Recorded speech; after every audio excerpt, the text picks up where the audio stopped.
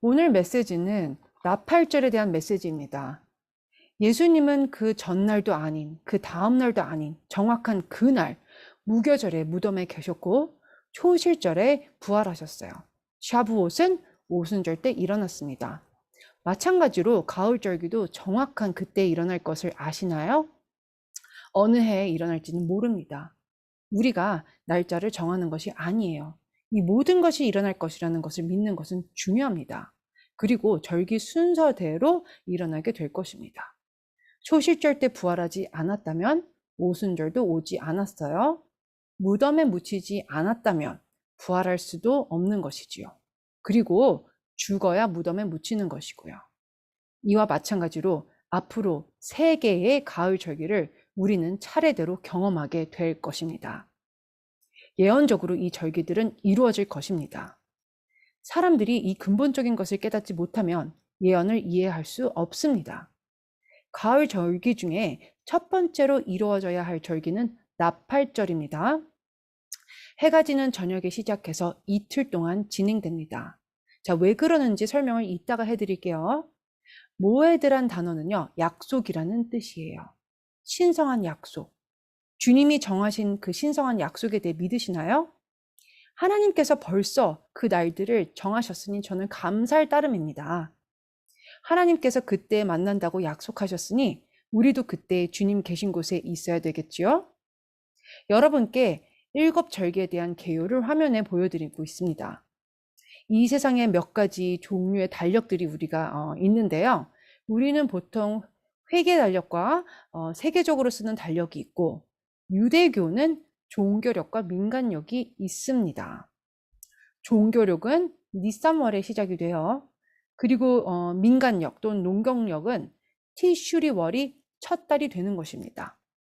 니산월에는 6월절, 무교절, 초실절이 있죠. 그리고 50일이 있다가 오순절이 옵니다. 그리고 7번째 달은 티슈리월인데요. 그 달에는 나팔절, 대속제일, 초막절이 있습니다. 봄절기는 그리스도의 초림에 대해 나타나는 것이고, 가을절기는 그리스도의 재림에 관한 절기들입니다. 자, 여러분들이 아시겠지만 다시 말씀드리자면 6월절은 무교절과 다른 날이에요. 6월절 다음 날인 무교절은 7일 동안 지키게 됩니다. 7번째 달에는 초막절을 지키게 되는데 초막절은 7일 동안 지키는 마지막 절기입니다. 그리고 그 다음 날에는 쉐미니 아제렛을 보내게 돼요. 이것에 대해서는 다음 절기 동영상에 제가 언급하겠습니다. 쉐미니 아제렛은 8일째를 뜻해요. 영원을 뜻하는 것입니다. 샤냐토브. 자, 우리 달력으로는 우리는 새해를 1월 1일에 지키는데요. 히브리 달력으로는 티슈리월 1일. 이 새해는요, 만물을 축하하는 날입니다. 유대교에서는 바로 이 날에 만물이 창조된 날이라고 합니다. 토라의 가장 첫 번째 단어는 베레시트인데요. 태초에라는 뜻입니다. 히브리 단어 이 베레시트를 돌려서 반대로 읽으면 히브리어로 티슈리월 1일을 뜻하고 있습니다.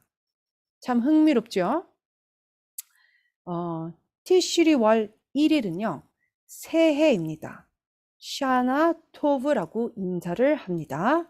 자, 해피 뉴 이어, 한국말로는 새해 복 많이 받으세요라는 인사예요. 이곳에 계신 분들은 허리케인 혹시 카트리나를 기억하시나요?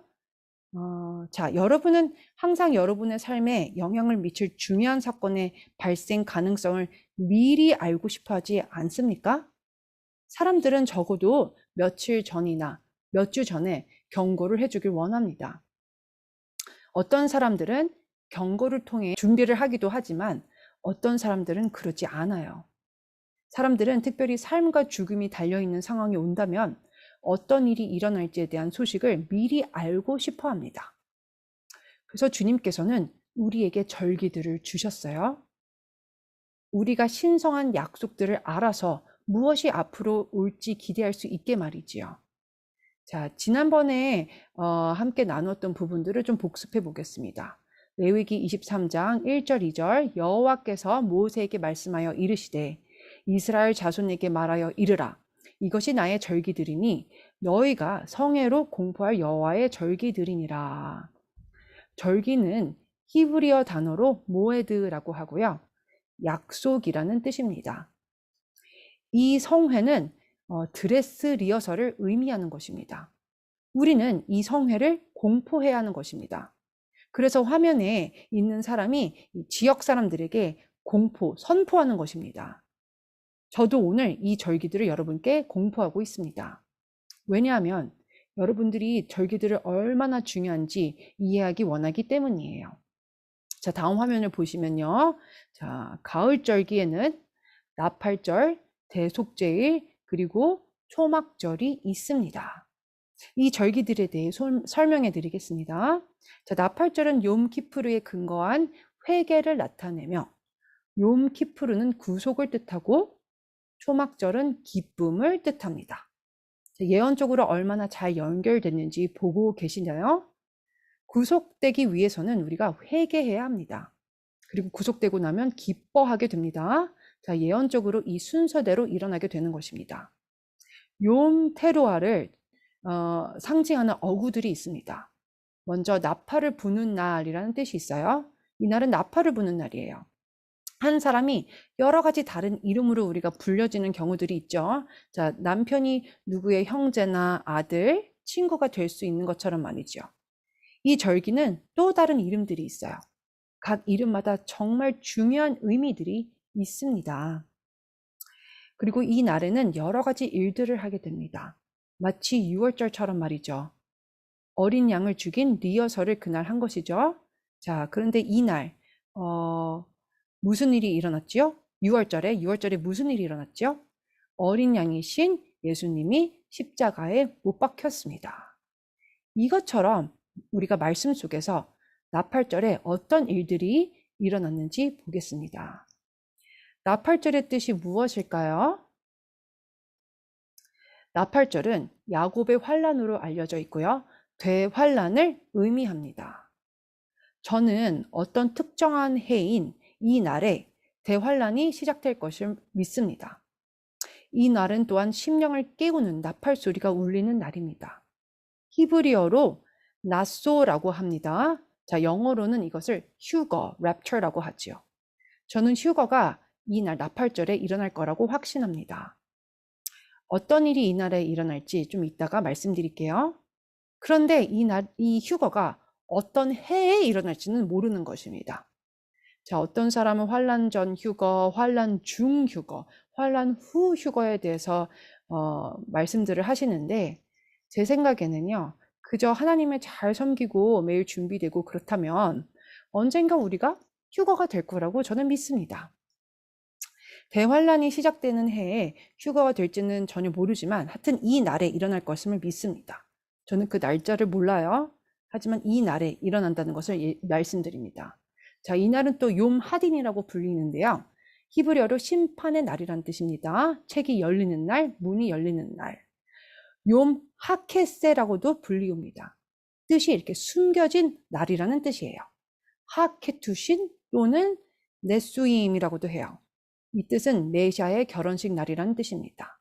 또 하멜렉이라는 이름이 있어요. 메시아의 대관식이라는 뜻입니다. 메시아께서 왕관을 쓰실 때 그곳에 여러분들이 있고 싶으시죠?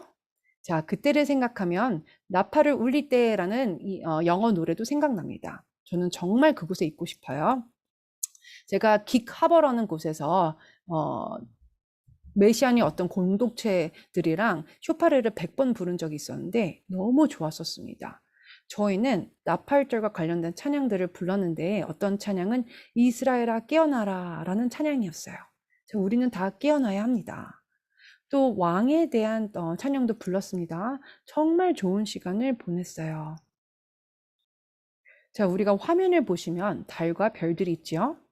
창세기 1장 14절에 보면 하나님이 이르시되 하늘의 궁창에 광명체들이 있어 낮과 밤을 나뉘게 하고 그것들로 징조하. 자, 그것들은 무슨 뜻이냐면요.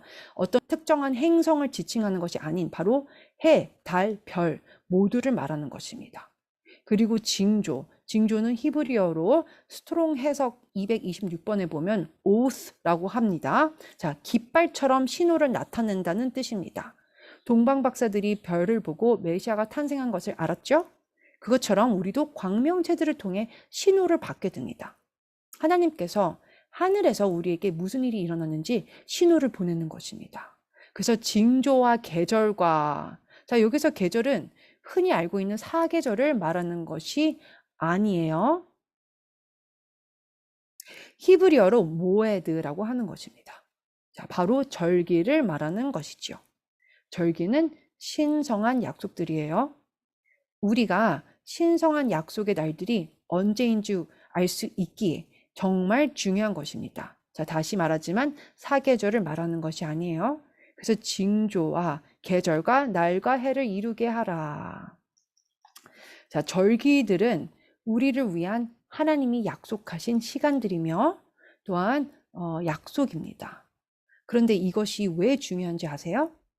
무슬림의 달력을 보시면요. 이들은 엄격하게 음력을 따릅니다. 저희는 양력인 그레고리안 달력을 따르죠. 히브리 달력은요. 양력과 음력을 다 따릅니다. 이들은 창세기 1장 14절 말씀인 날과 해를 이루게 하라를 따라 하나님의 달력을 따르고 있습니다. 자, 그럼 우리가 쓰는 달력은 어디서 왔을까요? 우리가 쓰는 달력의 근원을 아세요? 자, 우리가 쓰는 달력을 뭐라고 부르죠? 그레고리안 달력이라고 합니다. 그레고리안 교황으로부터 온 달력이에요. 그레고리 교황은 달력을 어디서 가져왔을까요? 그레고리 교황은 줄리안 시저의 달력으로부터 윤년을 변경했었는데요. BC 70년도에 줄리안 달력이 있었습니다. 줄리안 시저는 로마 이교도를 상징하는 사람입니다. 자, 우리가 미국에서는요. 시간대가 다른 곳의 경계선에 살게 되면 두 개의 시계를 가지고 있어야 해요. 하나는 내가 사는 곳에 두고 다른 하나는 내가 일하는 곳에 두어야 합니다. 자, 그것처럼 하나님께서는 우리가 항상 그런 다른 달력을 따르길 원하셨어요. 자, 어떤 분이 저에게 오셔서 물어보셨습니다. 언제부터 이런 달력의 변화가 일어나게 됐는지요? 자, 하나님의 달력 또한 시간표가 있고 사람의 달력이 있는데 이 두 가지 달력은 다 필요합니다. 하지만 영적인 삶을 살면서 나아갈 때 하나님의 달력이 필요한 것입니다. 히브리 달력은 유대교에서 사용하는 그 연간 달력입니다. 자, month, 달들을 의미하는 음력과 또한 해를 의미하는 양력에 다 기반을 두고 있어요. 우리가 쓰는 달력은 4년마다 윤년이 있어서 하루가 더 생기게 됩니다. 그런데 히브리력은 한 달이 더 있게 됩니다. 그래서 19년에 7번의 윤달이 있게 됩니다. 우리가 쓰는 달력과 완전히 다른 주기를 따르는 것이지요. 히브리 달력과 그레고리안 달력 두 개를 같이 병행해서 보시면 정말 좋습니다. 보통 달력으로 오늘이 무슨 날인지 또한 히브리 달력으로 무슨 날인지 이렇게 함께 보시면 좋습니다. 적그리스도는요. 하나님이 지정한 날들을 우리가 알기를 원치 않아요. 다니엘서 7장 25절을 보면 그가 장차 지극히 높으신 이를 말로 대적하며 또 지극히 높으신 이에 성도를 괴롭게 할 것이며 그가 또 때와 법을 고치고자 할 것이며, 자, 히브리어로 때가 무엇인지 아나요? 모에드입니다. 신성한 약속이지요. 적그리스도는 크리스찬들이 성경력을 따르지 않고 다른 달력의 특별한 날들을 따르길 원합니다. 그래서 준비도 될 수 없고 무슨 일이 일어나는지 알 수 없게 되는 것입니다. 너무 교활하지 않나요? 자, 만약에 비즈니스를 한다고 생각을 해보세요. 경쟁하는 사업체도 또한 근처에 있다고 가정해 봅시다. 손님 회사를 어느 특정한 날에 만나야 하는데요. 다른 그 경쟁 회사가 손님 회사에 전화를 걸어 이러한 이유 때문에 만나는 날짜를 바꾸고 뭐 어쩌고 저쩌고 이렇게 얘기를 했어요. 하여튼간에 약속 장소에 가봤더니 어머, 저만 있고 아무도 손님이 나와 있지 않고, 그러면 어떻게 하시겠어요? 자, 주님이 정하신 시간들이 얼마나 중요한지 우리가 보게 됩니다. 아모스 3장 3절에는요. 두 사람이 뜻이 같지 않은데 어찌 동행하겠으며. 매우 중요한 말씀이죠. 제가 아내와 싸우면 5, 6 발자국이나 먼저 제가 앞서가곤 합니다. 다시 말씀드리지만 하나님의 달력과 함께 걸어가야 합니다. 배우자랑 여행을 가려고 하는데 한 명은 하와이를 가고 싶어 하고 다른 한 명은 캘리포니아를 가길 원한다면 완전히 동의하는 게 아니죠. 한 명은 비행기 타고 가길 원하는데 다른 한 명은 배를 타고 가고 싶어 한다면 완전한 동의가 이루어진 게 아닙니다. 우리는 하나님과 동행해야 할지에 동의를 해야 하는 것이죠. 다음 화면을 보시면 제가 서두에 공포, 선포하다에 대해서 말씀드렸는데요. 선포하다의 뜻은 다가가서 말을 거는 것입니다. 꽉 붙잡고 이름을 부르는 것을 뜻합니다. 레위기 2장 23절에서 25절을 보시면요. 여호와께서 모세에게 말씀하여 이르시되 이스라엘 자손에게 말하라고 합니다. 자, 7번째 날의 첫날에 여호와께서 쉬라고 하셨습니다. 이런 상황에서는 안식하는 날이 주중에 어떤 날이든지 될 수 있는 것입니다. 그죠? 자, 그러면 히브리 달력으로 티슈리월 1일이 되는 것이에요. 나팔절은 이는 나팔을 불어 기념할 날이요 성회라라고 하셨습니다. 자, 보세요. 여기서도 드레스 리허설을 하는 것입니다. 자, 그러면 우리는 그때 무엇을 기념해야 할까요? 나팔을 불어 기념한다고 했는데 우리는 추모하는 날이나 또한 어떤 기념하는 날에 무엇을 하죠? 죽은 사람들이 기념하게 됩니다. 히브리 관점에서는 죽음을 상기시키는 것을 뜻합니다. 스트롱 주석 2142번에 이것을 자카르라고 합니다. 기억할 수 있게 보여주다, 기억하기 위해, 언급하기 위해, 기념이라는 뜻이 있어요. 여러분들이 어느 곳에 가게 되면 기념하려고 기념품을 사기도 하잖아요. 그죠? 하나님도 그의 자녀들이 기억하길 원하십니다. 우리는 너무 자주 잊어버립니다. 하나님께서는 이 날이 기념의 날이 되어 항상 기념하라고 하신 것입니다.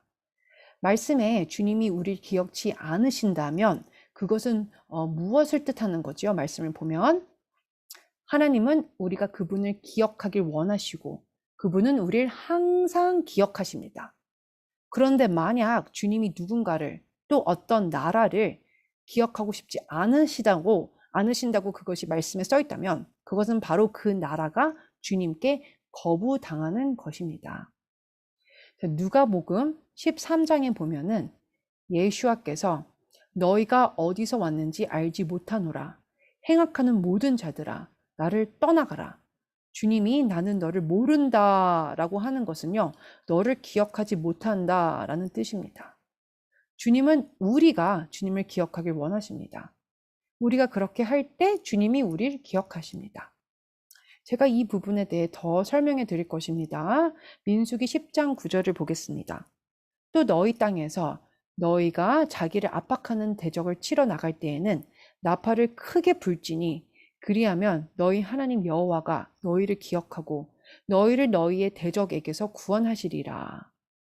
나팔절의 전체적인 개념은 주님을 기억하는 것입니다.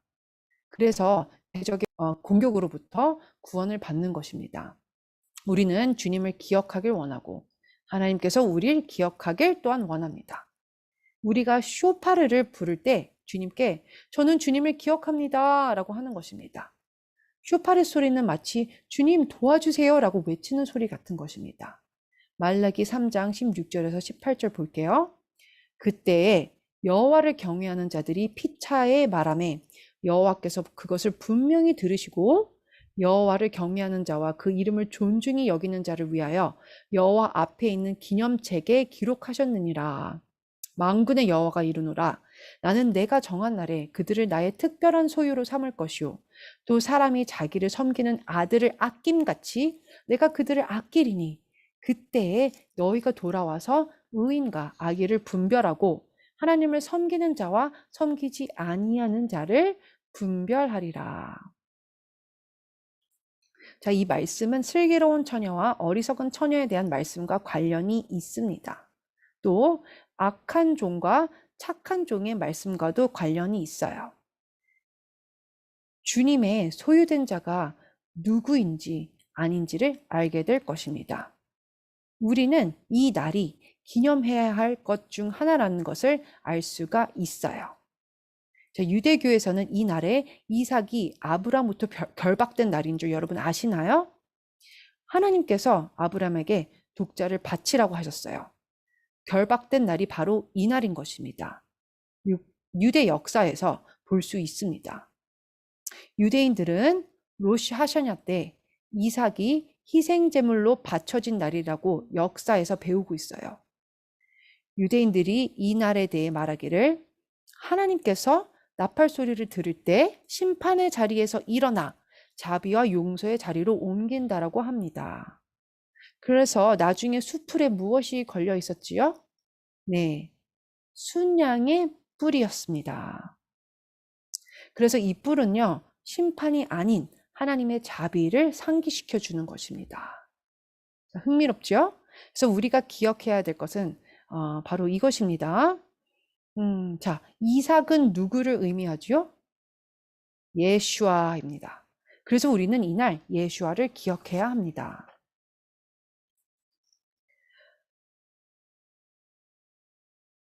자, 민수기 29장 1절을 한번 보겠습니다. 일곱째 달에 이르러서는 그 달 초하루에 성회로 모이고, 자, 이 날이 나팔절임을 보여주는 그 구절입니다. 자, 우리는 한 구절만 보지 않고요. 두세 구절 이상의 말씀으로 그 증거를 보게 됩니다. 자, 또한 말씀 계속 읽겠습니다. 아무 노동도 하지 말라. 이는 너희가 나팔을 불 날이라. 자, 나팔은 히브리어로 테루아. 그래서 이 날은 히브리어로 또한 욤테루아라고 합니다. 욤은 날이라는 뜻입니다. 바로 이 말씀에서 나팔절이 욤테루아라는 이름을 갖게 되는 것이에요. 많은 분들이 이 날을 로시 하샤냐로 알고 계시는데 이것은 정확한 용어가 아닙니다. 욤테루아가 정확한 이름이고 방금 읽은 구절에서 이 이름이 나오게 된 거예요. 나팔을 부는 날이라는 뜻입니다. 욤키푸르라고 발음할 때 어떤 사람은 욤키푸르에 대해서 얘기할 때 영어로요 욤을 얌이라고 하시는 분들이 계시는데요. 얌은 바다의 포효라는 뜻입니다.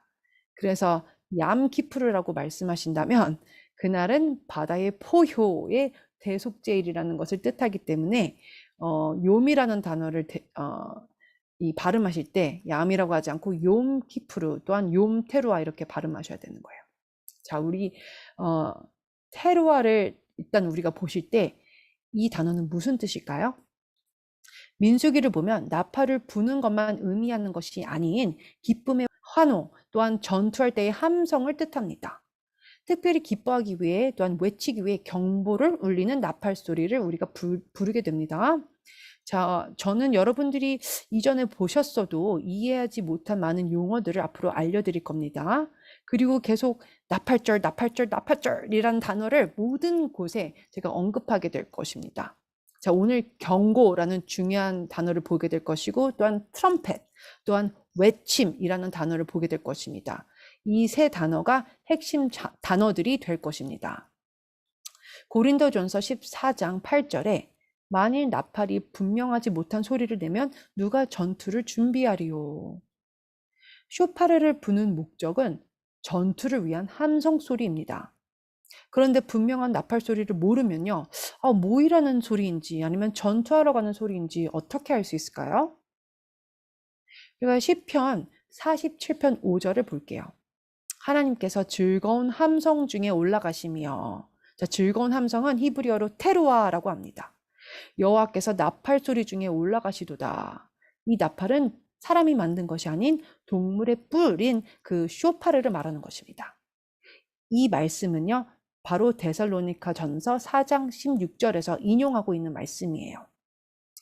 주께서 호령과 천사장의 소리와 하나님의 나팔 소리로 친히 하늘로부터 강림하시리니 그리스도 안에서 죽은 자들이 먼저 일어나고. 자, 이 말씀은 욤 테루아를 말씀하고 계시는 것입니다. 여러분들 이해가 좀 되시나요? 자, 우리가 스가랴서 9장 14절을 보겠습니다. 여호와께서 그들 위에 나타나서 그들의 화살을 번개같이 쏘아내실 것이며 주 여호와께서 나팔을 불게 하시며 남방 회오리 바람을 타고 가실 것이다. 또한 시편 89편 15절 상반절에 즐겁게 소리칠 줄 아는 백성은 복이 있나니. 자, 여기서 소리는요, 히브리어로 테루아라고 합니다. 슈파르의 소리를 안다면 그래서 복이 있다라는 뜻입니다. 왜냐하면 휴거의 나팔 소리이기 때문입니다. 자, 바로 쇼파르의 소리가 휴거의 나팔 소리. 자, 우리가 야곱의 환란이라는 문구를 보게 되겠습니다. 나팔절에 야곱의 환란이 일어날 것을 제가 어떻게 알 수 있을까요? 일단 예레미야 30장 6절에서 7절을 보면서 설명하겠습니다. 너희는 자식을 해산하는 남자가 있는가 물어보라. 어찌하여 모든 남자가 해산하는 여자같이 손을 자기 허리에 대고 모든 얼굴이 겁에 질려 새파래졌는가. 슬프다 그날이여. 그와 같이 엄청난 날이 없으리라. 그날은 야곱의 환난의 때가 되미로다. 그러나 그가 환난에서 구하여 냄을 얻으리로다. 자, 또 이사야서 26장 17절을 보겠습니다. 여호와여, 잉태한 여인이 산기가 임박하여 산고를 겪으며 부르짖음같이 우리가 주 앞에서 그와 같으니이다. 자, 이사야 13장 6절에서 8절도 방금 읽은 구절들과 같은 날에 대해 말하고 있습니다. 너희는 애곡할지어다.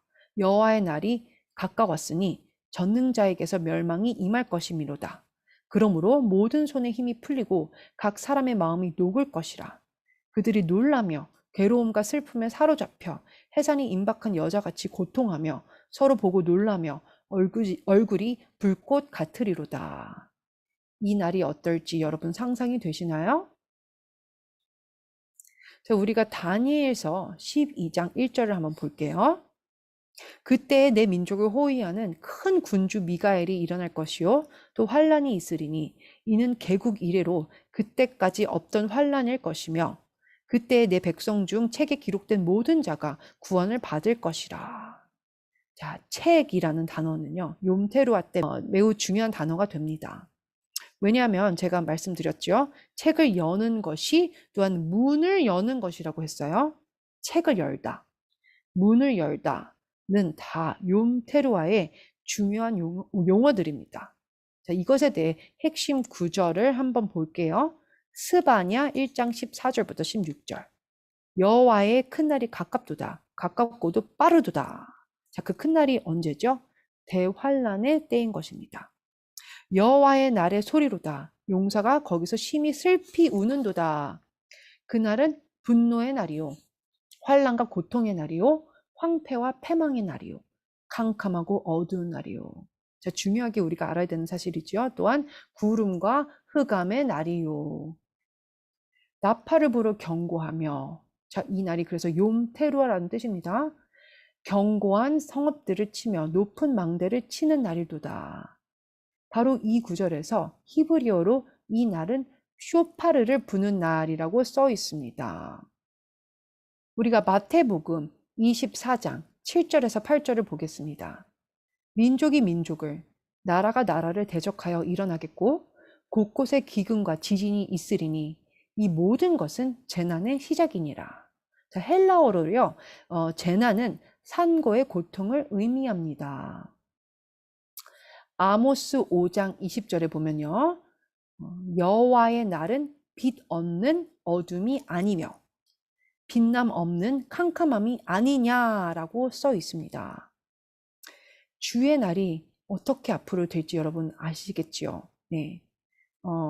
앞으로는 좋지 않을 것입니다. 자, 여러분 잠언서가요. 혹시 예언서라는 사실을 아시는 분이 계신가요? 예언적이라고 생각해 보신 분이 또한 계신가요? 자, 이것에 대해서 이제 좀 이따가 얘기할 거고요. 먼저 요한계시록 말씀을 볼게요. 17장 5절에 그의 이마에 이름이 기록되었으니 비밀이라 큰 바벨론이라 땅의 음녀들과 가증한 것들의 엄이라 하였더라.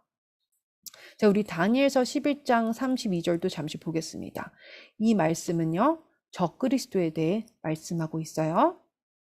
그가 또 언약을 배반하고 악행하는 자를 속임수로 타락시킬 것이나 오직 자기의 하나님을 아는 백성은 강하여 용맹을 떨치리라.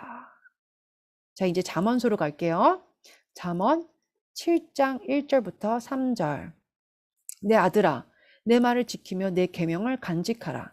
내 계명을 지켜 살며 내 법을 내 눈동자처럼 지키라. 자, 법은 히브리어로 토라입니다. 너무 중요한 단어입니다. 3절. 이것을 내 손가락에 매며 이것을 내 마음판에 새기라. 사실상 토라의 뜻은 가르치다입니다.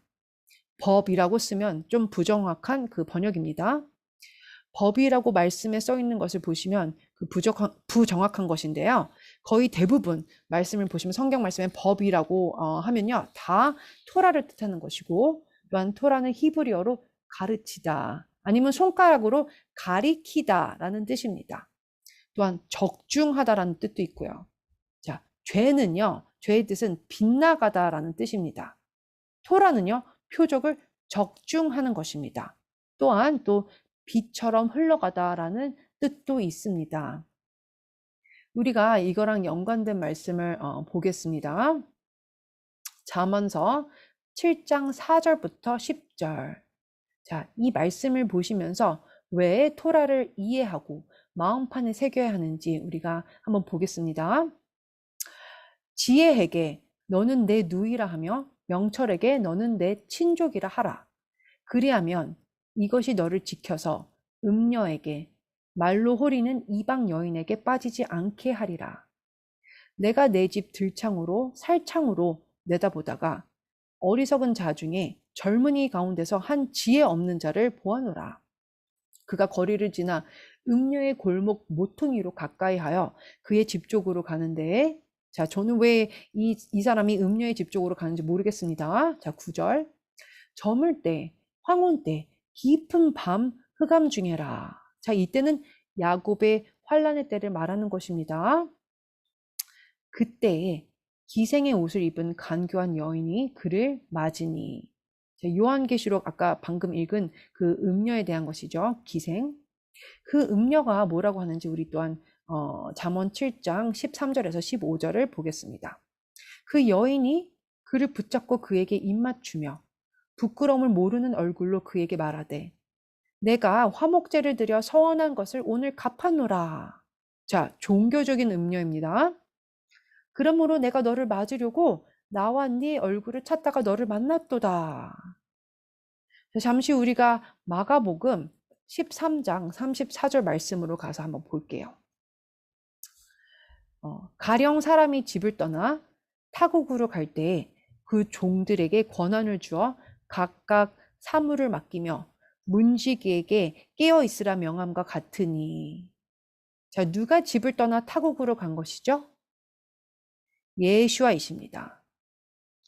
마태복음 25장을 보겠습니다.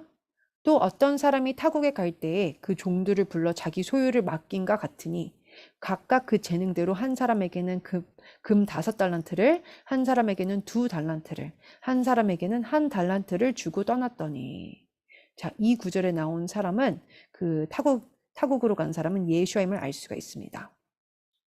종들에게 돈과 또한 권한을 주고 멀리 타국으로 갔어요. 마태복음 20장을 보겠습니다.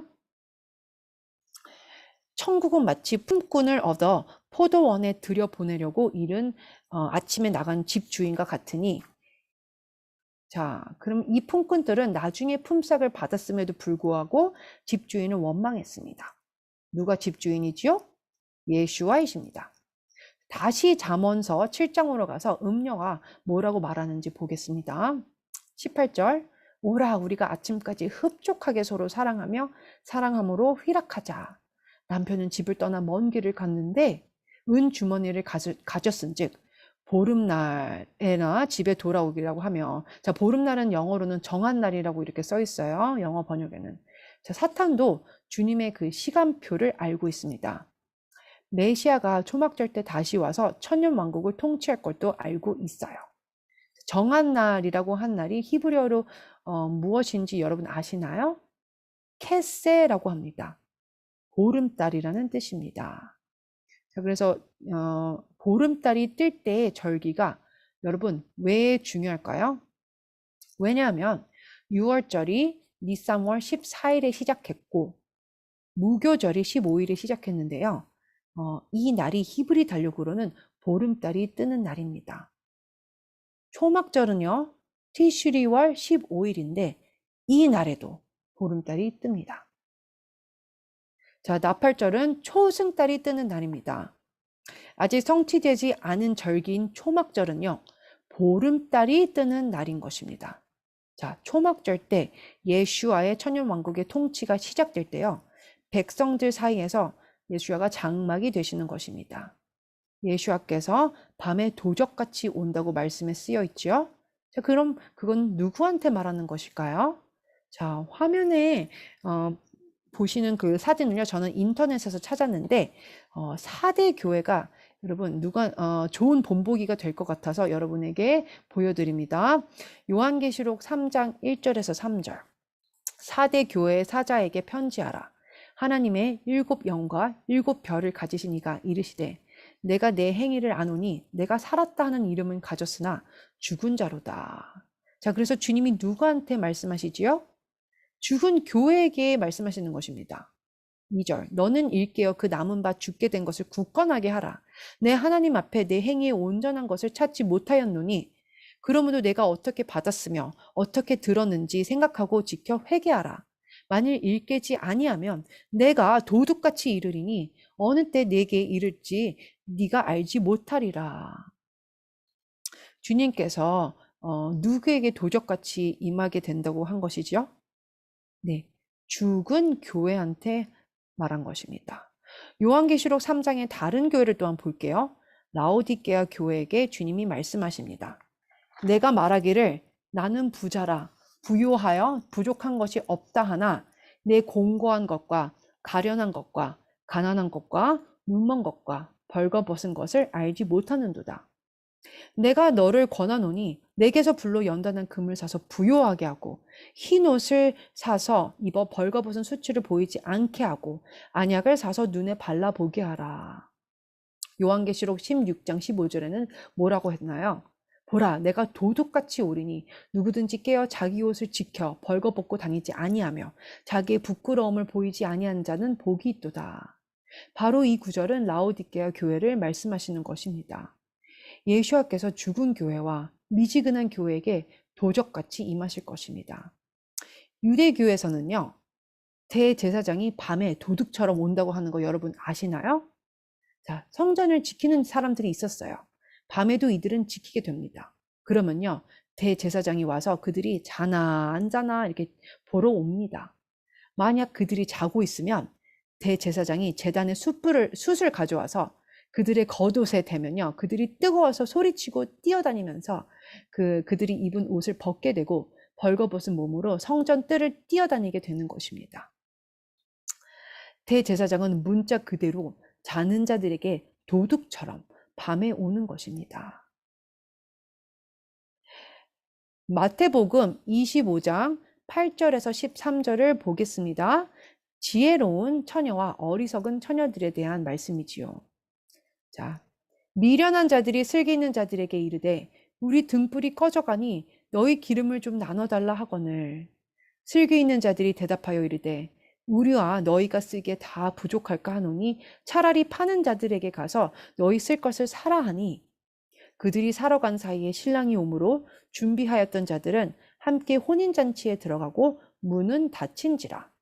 그 후에 남은 어리석은 처녀들이 와서 이르되 주여 주여 우리에게 열어주소서.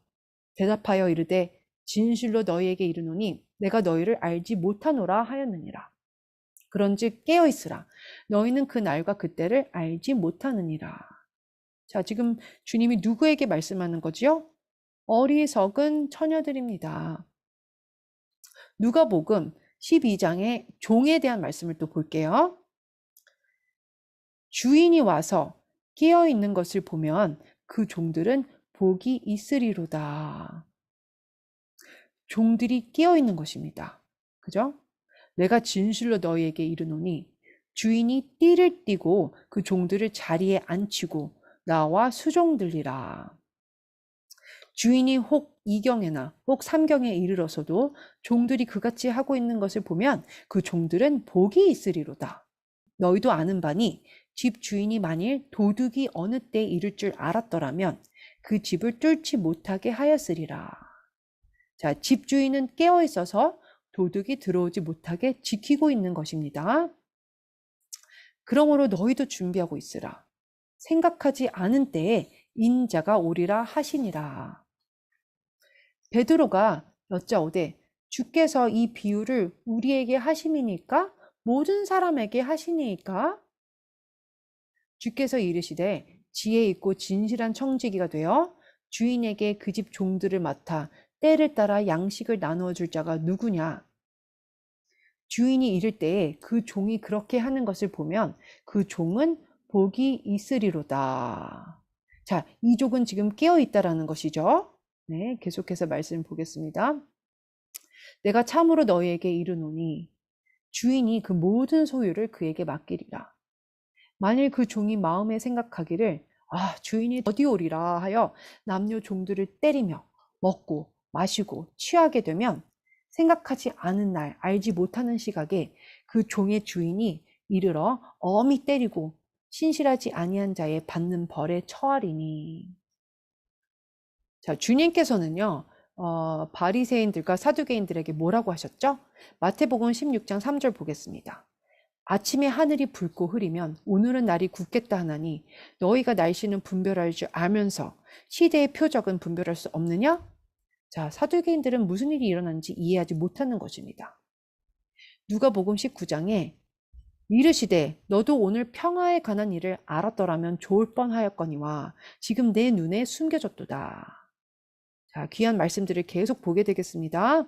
먼저 역대상 12장 32절을 볼게요. 이사갈 자손 중에 시세 또한 시간을 알고 이스라엘이 마땅히 행할 것을 아는 우두머리가 200명이니 그들은 그 모든 형제를 통솔하는 자이며. 자, 다음 구절은 여러분들이 또한 많이 읽었겠지만 보지 못한 부분이 있을 것입니다. 자, 데살로니가전서 5장이에요. 형제들아, 때와 시기에 관하여는 너희에게 쓸 것이 없음은 주의 날이 밤에 도둑같이 이를 줄을 너희 자신이 자세히 알기 때문이라. 그들이 평안하다, 안전하다 할 그때에 임신한 여자에게 해산의 고통이 이름과 같이 멸망이 갑자기 그들에게 이르리니 결코 피하지 못하리라. 형제들아, 너희는 어둠에 있지 아니하매 그 날이 도둑같이 너에게 임하지 못하리니. 자, 왜냐면요, 이 날이 나팔절인 줄 알기 때문입니다. 그러나 우린 어느 해인지는 모릅니다. 그리고 깨어있는 자들은요, 정한 절기들을 알고 그 절기들을 이해합니다. 그래서 이들에게는요, 도둑같이 이 날이 임하지 않아요. 나팔절에 이 일이 일어날 것을 아니까요. 그저 그냥 어느 해인지를 모르는 것 뿐입니다. 이 날은 도둑처럼 불시에 우리에게 이르지는 않을 것입니다. 에스겔서 33장을 보겠습니다. 그러나 칼이 임함을 파수꾼이 보고도 나팔을 불지 아니하여 백성에게 경고하지 아니하므로 그 중에 한 사람이 그 임하는 칼에 제거당하면 그는 자기 죄악으로 말미암아 제거되려니와 그 죄는 내가 파수꾼의 손에서 찾으리라. 인자야, 내가 너를 이스라엘 족속의 파수꾼으로 삼음이 이와 같으니라. 그런즉 너는 내 입의 말을 듣고 나를 대신하여 그들에게 경고할지어다. 자, 우리는 이스라엘에게 경고해야 하는 것입니다. 정해진 약속들 또한 절기에 대해 깨어나라고 경고해야 하는 것입니다. 예레미야 6장을 볼 텐데요. 많은 분들이 이 구절을 암송하고 계실 것입니다. 내가 누구에게 말하며 누구에게 경책하여 듣게 할꼬. 자, 나팔절의 완전한 목적은 경책입니다. 경고하는 것이 이 절기의 컨셉이에요. 보라, 그 귀가 할례를 받지 못하였으므로 듣지 못하는도다. 보라, 여호와의 말씀을 그들이 자신들에게 요구로 여기고 이를 즐겨하지 아니하니. 여호와께서 이와 같이 말씀하시되 너희는 길에 서서 보며 옛적 길, 곧 선한 길이 어디인지 알아보고 그리로 가라. 옛적 길에 대한 여러분 그 용어에 대해서 익숙하시나요? 이 길은 선한 길이며 우리가 가야 하는 길인데 모에딤 그 절기는요, 옛적 길에 속하는 것입니다. 봄절기들과 가을절기들을 이해하는 것은 우리가 옛적 길을 가고 있다라는 것이에요. 말씀을 계속 보시면 너희 심령이 평강을 얻으리라 하나 그들의 대답이 우리는 그리로 가지 않겠노라 하였으며, 자, 이들은 그 길로 안 걷고 내가 가고 싶은 방향으로 가고 내가 원하는 달력을 사용할 것이라고 하는 것입니다. 그런데 주님이 그 다음 구절에 뭐라고 하시는지 한번 보세요. 내가 또 너희 위에 파수꾼을 세웠으니 나팔 소리를 들으라 하나 그들의 대답이 우리는 듣지 않겠노라 하였도다. 이들은 나팔 소리를 듣지 않겠다라고 하네요. 땅이여 들으라. 내가 이 백성에게 재앙을 내리니 이것이 그들의 생각의 결과라. 그들이 내 말을 듣지 아니하며 내 율법, 바로 토라를 말하죠. 그것을 거절하였음이니라. 자, 우리가 이사야서 58장을 볼게요. 크게 외치라. 목소리를 아끼지 말라. 내 목소리를 나팔같이 높여 내 백성에게 그들의 허물을, 야곱의 집에 그들의 죄를 알리라. 이 구절들에서 보시다시피 환란이 나팔절에 시작하는 것을 볼 수 있습니다. 야곱의 환란이 시작되는 것입니다. 나팔절에 대한 우리가 또 다른 컨셉을 볼게요. 왜 휴거가 이 날에 일어날 것인지에 대해서요. 이 날은 깨우는 소리를 듣는 날이기도 합니다. 다니엘서 12장 2절, 땅의 티끌 가운데서 자는 자 중에서 많은 사람이 깨어나. 자, 우리 알람 시계는 어떤 용도로 사용되죠? 바로 이 날은요, 알람 소리를 듣는 날입니다. 그래서 영생을 받는 자도 있겠고 수치를 당하여서 영원히 부끄러움을 당할 자도 있을 것이며, 이사야서 26장 19절을 보면요, 주의 죽은 자들은 살아나고 그들의 시체들은 일어나리이다. 티끌에 누운 자들아, 너희는 깨어 노래하라. 주의 이슬은 빛난 이슬이니 땅이 죽은 자들을 내놓으리로다. 우리가 화면에서 알람 시계를 보고 계시는데 거의 자정이 다 되어 가는데 깨우는 시간 소리를 이제 듣게 되는 것입니다. 데살로니가 전서 4장 16절을 보시면요, 이전에 우리가 보지 못했던 것을 한번 보실 수 있으실 거예요. 자, 나팔절의 핵심 용어들 중에 우리가 외침이라는 단어와 또한 쇼파르를 부르다라고 하는 그 용어가 있어요. 자, 이 구절을 보시면 주께서 호령과 천사장의 외침 소리와 하나님의 나팔 소리로 친히 하늘로부터 강림하시리니 그리스도 안에서 죽은 자들이 먼저 일어나고, 나팔절에 대한 그 전체적인 컨셉을 이 구절을 통해 알 수 있습니다. 그리고 제가 초반에 말씀드린 내용인데요. 화면을 보시면 보름달을 보게 됩니다. 자, 무교절 때 보름달이 떴어요. 티슈리월 15일인 그 초막절 때도 보름달이 뜹니다. 초승달은요, 나팔절에 뜹니다. 이 날은 티슈리월의 첫날이 되는 것입니다. 자, 놀라운 소식을 제가 알려드릴게요. 여러분 준비되셨나요? 제가 몇 가지 용어들을 언급할 것입니다.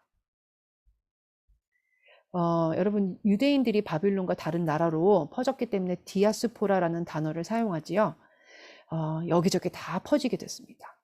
만약 여러분이 유대인이어서 바벨론에 살고 있다고 가정하면요, 절기를 지킬 수 있는 유일한 날은 그 달의 이 티슈리월의 첫날 월삭일 것입니다. 자, 다른 절기들은 달의 중간이나 또한 중간에서 일주일 후 정도에 있습니다. 그런데 초승달이 뜨는 날을 기억하기는 쉽습니다. 하늘을 보면 되니까요. 그런데 바벨론 포로 당시에는 그때 휴대폰이 없었죠. 그래서 바벨론에 있는 유대인들에게 절기라고 알리려면요, 얼마나 오랜 시간이 걸리는지 아시나요? 자, 이 날을 꼭 지켜야 되는데요, 그때 산에 불을 지르게 됩니다. 그러면 하루 정도 산에 불이 나서 유대인들이 이 날이 그 월삭이자 또한 욤테루아인지를 알게 되는 것입니다. 그런데 유대인들이 월삭인지 알게 될 때는요, 벌써 이 날이 끝나게 돼요. 그래서 이 날을요, 이틀 동안 지키게 돼요. 이 날을 긴 하루라고 부릅니다. 그럼 왜 이 날이 이틀이 되죠? 왜냐하면 이 날은 초승달에 시작하게 되고 퍼져 있는 모든 유대인들에게 알리기 위해서 그런 것입니다. 자, 긴 하루라고 불려진다고 제가 말씀드렸죠. 자, 나팔절은 월삭 때 있는 것이고요. 절기입니다. 아무도 그 날의 날과 시간을 알 수 없습니다. 이 날은요, 사탄에게도 상징적으로 숨겨진 날이라서 이 날이 100% 도래하는 것을 알지 못해요. 사탄은 이 날이 오는 것을 두려워합니다. 고린도전서 2장 8절을 볼게요. 이 지혜는 이 세대의 통치자들이, 사탄을 얘기하죠. 한 사람도 알지 못하였나니 만일 알았더라면 영광의 주를 십자가에 못 박지 아니하였으리라. 하나님께서는 항상 사탄이 역사하지 못하게 합니다. 나팔절은 달의 첫날입니다. 그래서 초승달을 지켜보는 2명의 증인들을 통해 이틀 동안 이 날을 지키게 됐는데요. 이 절기는 언제 시작하는지 아무도 그 날과 시를 모르는 절기로 알려져 있어요. 그래서 주님은 우리에게 그 날과 시를 모른다고 말씀하신 것입니다. 그 날은 바로 나팔절이에요. 자, 이해가 좀 되시죠? 우리에게 이 날은 날과 시를 모른다고 하시면서 이 날에 대해서 말씀해서 주님이 설명하신 것입니다. 그리고 이 날은 나팔절이라는 것을 우리에게 알려주시는 것이에요. 이 절기가 바로 어떤 날과 시에 시작하는지 모르는 유일한 절기이기 때문입니다. 나팔절 때는요, 쇼파르를 100번 부르게 됩니다. 쇼파르로 3가지 다른 소리를 우리가 내게 돼 있는데요. 그 중에 하나는 테키아라고 부릅니다. 아주 긴 소리를 내는 거예요. 자, 또 다른 소리는 쉐바림이라고 하는데요. 3번의 짧은 소리를 냅니다. 자, 마지막에 또 소리는 테루아라는 소리가 있는데 연속으로 9번의 짧은 소리를 내는 것입니다. 그래서 쇼파르로 3가지 다른 소리를 낼 수 있고요. 이 다른 소리를 3번 세트로 불게 되어 있어서 총 9번을 부르게 됩니다. 이 9번의 소리를 11번 부르게 됩니다. 자, 9 곱하기 11은 9 곱하기 11은 99이죠. 유대교에서 100번째 나팔 소리를 마지막 나팔 소리라고 하는 거 아시나요? 데살로니가 전서 4장에 마지막 나팔 소리라는 단어를 우리가 보게 돼요. 주님께서 이때가 나팔절이라는 것을 말씀하시는 것입니다. 자, 주님께서 마지막 나팔 소리에 대해 말씀하실 때, 나팔 소리에 대해서 말씀하실 때 이 날은 나팔절이다라고 알고 계시면 돼요. 주님께서 그 날과 시를 모른다고 하는 그 날은 바로 나팔절을 말씀하시는 거예요. 고린도전서 15장 51절, 보라, 내가 너희에게 비밀을 말하노니 우리가 다 잠잘 것이 아니요 마지막 나팔의 순식간에 홀연히 다 변화되리니. 주님은 나팔절에 이 일이 일어나는 것을 말씀하고 계시는 것입니다. 이 절기가 100번의 쇼파르를 부는 유일한 절기입니다. 마지막 나팔 소리가 바로 방금 읽은 구절의 마지막 나팔이라는 뜻입니다. 자, 오순절은 첫 번째 나팔을 불고요. 로시아샤나 나팔절은 마지막 나팔의 날, 욤키푸르는 큰 나팔의 날입니다. 이사야서에 이것에 대해 써 있어요. 그리고 욤키푸르 때는 희년이 선포됩니다. 아가서 2장 10절 11절에는 사람들이요, 사실 아가서를 보면요, 가장 잘못 이해하는 책이 아가서가 될 수 있는데요. 제가 언젠가 그 아가서에 대해서 강의를 한번 할게요. 2장 10절에서 11절, 나의 사랑하는 자가 내게 말하여 이르기를, 나의 사랑, 나의 어여쁜 자여, 일어나서 함께 가자. 겨울도 지나고 비도 그쳤고. 이 구절을 읽고 제가 생각하기에는요, 왕은 밤에 자지 않고 겨울잠에 들어간 것 같습니다. 겨울이 끝나고 이제 비도 그쳤다고 써 있어요. 비는 무엇을 뜻하지요? 축복입니다. 왕이 너는 축복을 저버리는구나. 그저 집 혹은 교회 건물에 머물길 원하고 들에 나가 추수하지 않길 원하는구나 라고 말하고 있어요. 아가서 전체는 잠자는 교회를 향해 하나님께서 깨우셔서 추수하기를 원하시는 것에 대해 쓴 것입니다. 아가서 2장 16절 17절에는 왕이 사랑하는 자에게 일어나서 함께 추수하자고 말한 다음에 여인의 반응에 대한 말씀이에요. 나의 사랑하는 자는 내게 속하였고. 자, 주님이 우리에게 속하였나요? 아니면 우리가 주님께 속하였나요? 다시 말해서 내 주머니에 예수님을 넣고 다니면서 제가 필요할 때 꺼낼게요 라고 하는 것 같아요. 그리고 나서 그 여인은 나는 그에게 속하였구나 라고 말합니다. 그가 백합화 가운데서 양떼를 먹이는구나. 나의 사랑하는 자야, 날이 기울고 그림자가 갈 때 돌아와서. 자, 다른 곳으로 가서란 뜻이에요. 그게 베데르 산에서의 노루와 어린 사슴 같아여라. 자, 베데르는요, 히브리어로 분리되다라는 뜻입니다. 다시 말해서 여인은 저는 산 왼쪽에 있을 테니까 왕은 산 오른쪽으로 가서 왕의 추수를 하세요. 저는 집에 머물면서 즐길 것입니다. 라는 뜻입니다. 아가서 3장 1절에서 2절에 무슨 일이 일어난지 보겠습니다. 내가 밤에 침상에서 마음으로 사랑하는 자를 찾아노라. 자, 화면에서 보시는 것처럼 지금 자고 있어요, 여인이. 찾아도 찾아내지 못하였노라. 이에 내가 일어나서 성 안을 돌아다니며 마음에 사랑하는 자를 거리에서나 큰 길에서나 찾으리라 하고. 자, 큰 길은 멸망의 길을 뜻하죠. 찾으나 만나지 못하였노라. 자, 여인은 왕을 찾고 있으나 찾지 못하고 있습니다. 자, 함께 읽은 구절은 봄비가 내릴 때가 그때가 배경인데요. 이 여인은 봄비를 완전히 놓치고 있습니다. 자, 이제는요, 가을비 때 무슨 일이 일어나는지 한번 볼게요. 아가서 5장 2절부터 6절을 보겠습니다. 내가 잘지라도, 자, 히브리어로 잠자는 것은 영어로 단순히 자다라는 거와 달라요. 잠은 죽을 때까지 자는 것을 말해요. 이 잠은요, 죽은 자들이 잠자는 것과 같은 뜻입니다. 그런데 여인이 마음은 깨었는데 라고 하거든요. 자, 이것은 무슨 뜻이냐면 여인의 심장이 간신히 지금 뛰고 있다라는 것입니다. 지금 거의 죽은 상태인 것입니다. 나의 사랑하는 자의 소리가 들리는구나. 문을 두드려 이르기를. 자, 여기서 문을 두드리는 것은요, 작게 두드리는 것을 의미하는 게 아니고 심하게 두들기는 것입니다. 나의 누이, 나의 사랑, 나의 비둘기, 나의 완전한 자여 문을 열어다오. 내 머리에는 이슬이, 내 머리털에는 밤이슬이 가득하였다 하는구나. 자, 비가 많이 왔었는데 왕은 여인이 집안에 있길 원치 않아요. 밖에서 축복을 누리길 원하는 것입니다. 문을 열고 나오라고 왕이 여인을 부르는 것입니다. 여인의 반응을 한번 보세요. 3절에 내가 옷을 벗었으니 어찌 다시 입겠으며 내가 발을 씻었으니 어찌 다시 더럽히랴마는. 내 사랑하는 자가 문틈으로 손을 들이밀매 내 마음이 움직여서 일어나 내 사랑하는 자를 위하여 문을 열 때 모략이 내 손에서 모략의 집이 내 손가락에서 문빗장에 떨어지는구나. 여인은 문을 그저 닫은 것이 아닌 문빗장까지 해놨던 것입니다. 창문에 서서 메시아의 다시 오심을 간절히 기다리고 있는 게 아닙니다. 자고 있어요. 주님이 오실 때 여인은 문을 열기 전에 옷을 입고 준비해야 하는 것이죠. 6절 보면 내가 내 사랑하는 자를 위하여 문을 열었으나 그는 벌써 물러갔네. 그가 말할 때 내 혼이 나갔구나. 내가 그를 찾아도 못 만났고 불러도 응답이 없었노라. 자, 바로 깨어있지 않고 절기에 주목하지 않은 자들에 대한 말씀입니다.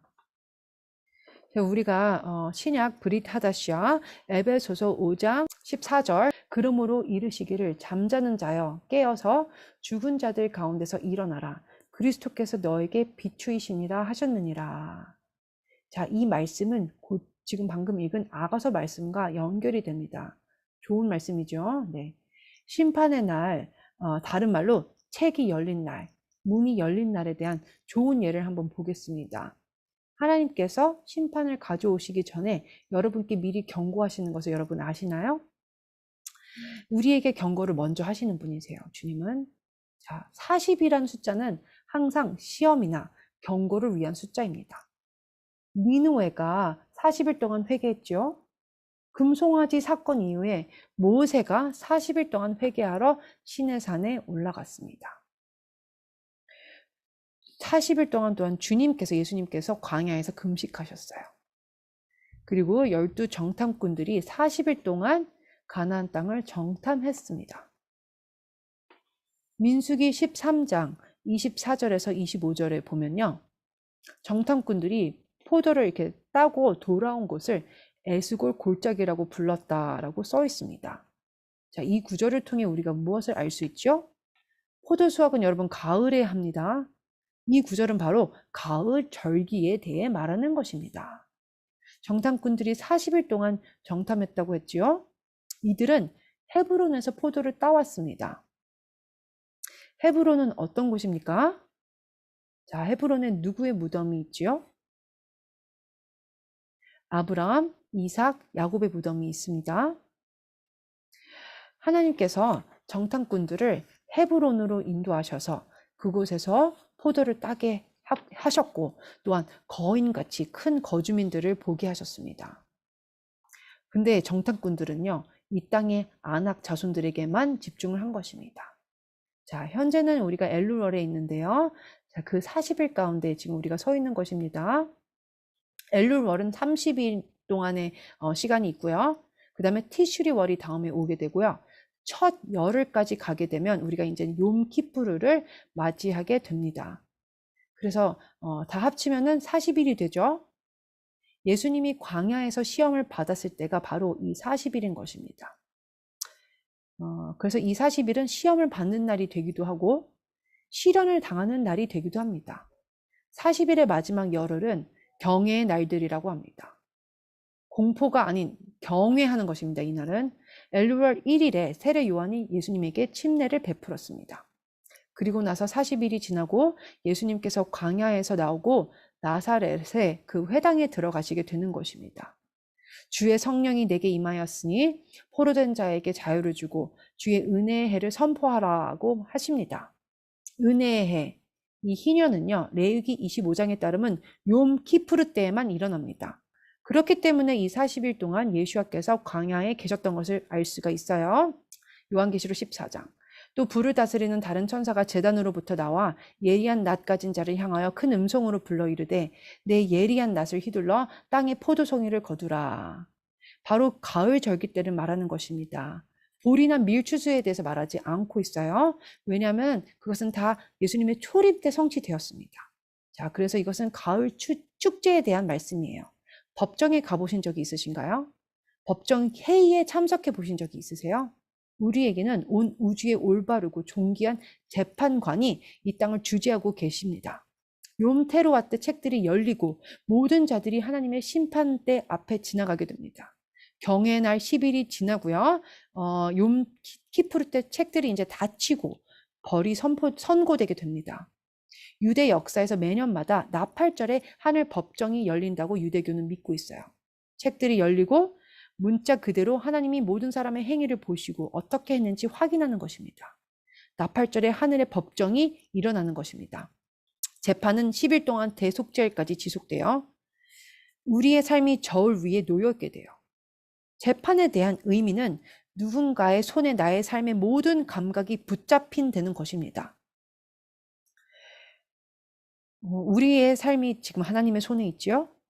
심판이 끝나고 책들이 닫히기 전에 우린 회개하고 우리의 길을 수정할 수 있는 10일의 시간이 있습니다. 자, 군대를 검열하는 것처럼요. 이 세상의 모든 자들이 하늘 법정을 지나가야 되는 것입니다. 고린도 후서 5장 10절 말씀을 보겠습니다. 이는 우리가 다 반드시 그리스도의 심판대 앞에 나타나게 되어 각각 선악간에 그 몸으로 행한 것을 따라 받으려 함이라. 저는 이때가 나팔절에 일어난 것을 믿습니다. 고린도전서 3장 13절에서 15절은 모든 자의 공적이 그날에 불을 통해 드러날 것에 대한 말씀이에요. 누구든지 공적이 불타면 해를 받으리니 그러나 자신은 구원을 받되 불 가운데서 받은 것 같으니라. 다니엘서 7장 10절에서 11절을 볼게요. 다니엘서의 말씀과 그 요한계시록 말씀의 연결성을 우리가 보게 될 것입니다. 불이 강처럼 흘러 그의 앞에 나오며 그를 섬기는 자는 천천히요 그 앞에서 모셔 선 자는 만만이며 심판을 베푸는데 책들이 펴 놓였더라. 자, 심판을 베풀고 책들이 펴 놓여 있다고 써 있죠. 나팔절을 얘기하는 것입니다. 심판이 정해지고 책들이 열리게 되는 거라고 말씀드렸습니다. 이 구절이 바로 그것을 말하는 것이에요. 11절에 그때 내가 작은 뿔이 말하는 큰 목소리로 말미암아 주목하여 보는 사이에 짐승이 죽임을 당하고 그의 시체가 상한 바 되어 타오르는 불에 던져졌으며.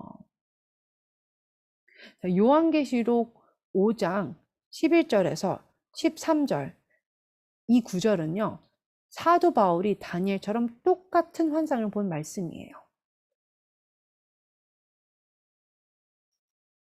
요한계시록 5장 11절에서 13절. 내가 또 보고 들음에 보좌와 생물들과 장로들을 둘러선 많은 천사의 음성이 있으니 그 수가 만만이요 천천이라. 큰 음성으로 가로되 죽임을 당하신 어린 양이 능력과 부와 지혜와 힘과 존귀와 영광과 찬송을 받으시기에 합당하도다 하더라. 자, 이 다음에 13절 하반절에 모두가 외칩니다. 보좌에 앉으신 어린 양께 찬송과 존귀와 영광과 능력이 세세토록 돌릴지어다. 제가 나팔절이 왕의 대관식이라고 했던 거 기억나시나요? 이 말씀은 그 나팔절의 의식에 대한 말씀입니다. 자, 요한계시록 20장 11절에서 12절 볼게요. 우리가 똑같은 것을 보게 됩니다. 또 내가 크고 흰 보좌와, 자, 이건 심판을 말하는 것입니다. 그 위에 앉으신 이를 보니 땅과 하늘이 그 앞에서 피하여 간데 없더라. 또 내가 보니 죽은 자들이 큰 자나 작은 자나 그 보좌 앞에 서 있는데 책들이 펴 있고 또 다른 책이 펴졌으니 곧 생명책이라. 죽은 자들이 자기 행위를 따라 책들에 기록된 대로 심판을 받으니. 자, 보시듯이 나팔절은 책들이 열리고 심판의 날이고 법정의 재판이 진행되는 것입니다. 문이 열리는 것도 또한 보게 되는 것이에요. 시편 24편 7절에서 10절을 보겠습니다. 문들아 너희 머리를 들지어다. 영원한 문들아 들릴지어다. 영광의 왕이 들어가시리로다. 영광의 왕은 나팔절의 문들이 열릴 때 들어가시는 것입니다. 8절에 영광의 왕이 누구시냐? 강하고 능한 여호와시요 전쟁에 능한 여호와시로다. 전쟁 때의 함성 소리에 대해 제가 서두에 말씀드렸죠. 자, 문들아 너희 머리를 들지어다. 영원한 문들아 들릴지어다. 영광의 왕이 들어가시리로다. 시편 118편에는 뭐라고 써 있죠? 내게 의의 문을 열지어다. 내가 들어가서 여호와께 감사하리로다. 이는 여호와의 문이라. 의인이 그리로 들어가리로다. 이사야 26장에 또한 보시면요. 너희는 문들을 열고 신의를 지키는 의로운 나라가 들어오게 할지어다. 문들이 열리는 것에 대한 이제 개념에 대해서 이해가 되시나요? 요엘서 2장 1절에서 2절을 보겠습니다.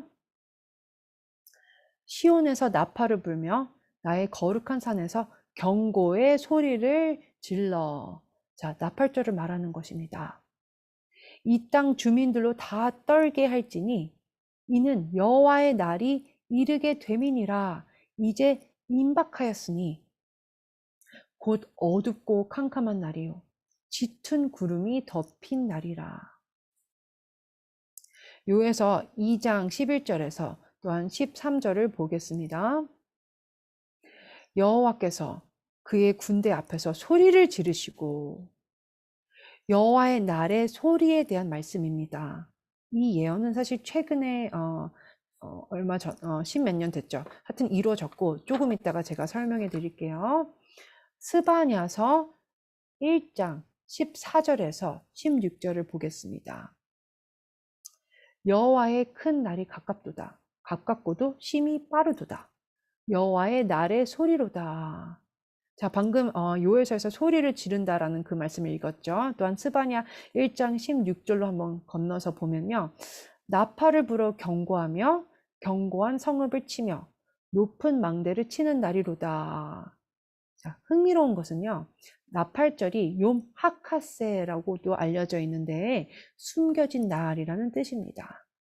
스바냐 2장은 1장 14절에서 16절 이후에 금방 또한 연결돼서 오는 말씀이에요. 스바냐 1장 14절에서 16절은 여호와의 큰 날에 대해서 설명하는데요. 가깝고 가깝도다 심히 빠르도다 라고 합니다. 자, 우리 한 번 이상을 말할 때는, 자, 예를 들어서 진실로 진실로라고 예수님 말할 때가 있죠. 자, 그것처럼 여기서는 정말 빠르도다, 빨리 온다는 뜻입니다. 스바냐 2장에서는요, 서두에 무엇 하기 전이라는 말을 얼마나 사용하는지 한번 볼게요. 수치를 모르는 백성아, 모일지어다, 모일지어다. 명령이 시행되기 전, 광미 겨같이 지나가기 전, 여호와의 진노가 너에게 임하기 전, 여호와의 분노의 날이 너에게 이르기 전에 그리할지어다. 자, 다음 구절엔 또한 우리가 무엇을 해야 하는지 알려줍니다. 여호와의 규례를 지키는 세상의 모든 겸손한 자들아, 너희는 여호와를 찾으며 공의와 겸손을 구하라. 너희가 혹시 여호와의 분노의 날에 숨김을 얻으리라.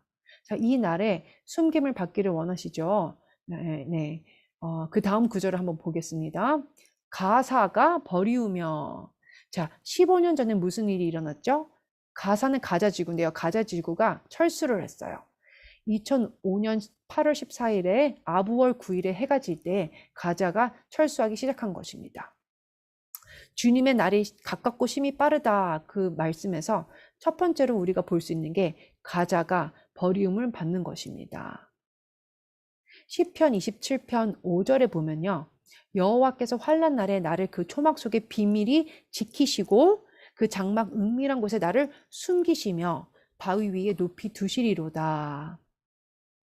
이사야서 또한 26장을 보면 내 백성아 갈지어다. 내 밀실에 들어가서 내 문을 닫고 분노가 지나기까지 잠깐 숨을지어다. 보라, 여호와께서 그의 처소에서 나오사 땅의 거민의 제약을 벌하실 것이니라. 땅이 그 위에 잦았던 피를 드러내고 그 살해 당한 자를 다시는 덮지 아니하리라. 이거는 또한 휴거를 설명하는 것입니다. 말씀 안에서 숨겨지는 날에 대한 것을 볼 수 있습니다. 유대인들은 항상 이것을 말하고 있고요. 오랫동안 이것에 대해서 기다리고 있습니다.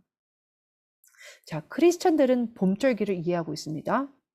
유대인들은 가을절기를 이해하지만 사실은 우리가 하나가 되어서 함께 같은 곳을 보며 가야 하는 것이죠. 그죠?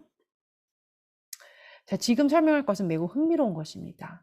메시아의 혼인식에 대한 것인데요. 자, 이 날에 대해서 얘기할 거예요. 신랑 주님과 함께 혼인하길 원하시죠? 그죠? 이 날의 특징을 살펴보겠습니다. 요엘서 2장 15절에서 16절 첫 부분에 보면요. 나팔을 부르라 라고 하고 또한 마지막 부분에 보면 신랑을 그 방에서 나오게 하며 신부도 그 신방에서 나오게 하라 라고 합니다. 혼인식이 나팔을 부는 그날에 이루어지는 것을 우리가 볼 수 있어요. 자, 말씀에서 방이라는 용어는요. 히브리어로 후파라고 합니다. 여러분 후파를 보신 적이 있으신가요? 화면에서 보고 계십니다. 유대교에서는 결혼을 할 때 후파 아래서 결혼을 합니다.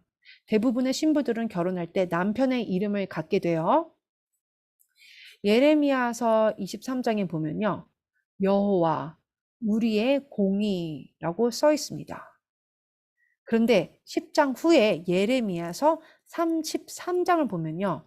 이 성은 여호와는 우리의 의라고 이름을 얻습니다. 자, 이 성, 예루살렘 성, 영어로는 그녀라고 3인칭 여성 단수를 사용합니다. 자, 예루살렘 성, 그녀는 주님의 이름을 갖게 되는 것입니다. 유대인 그 결혼식에는 두 가지 요소가 있어요.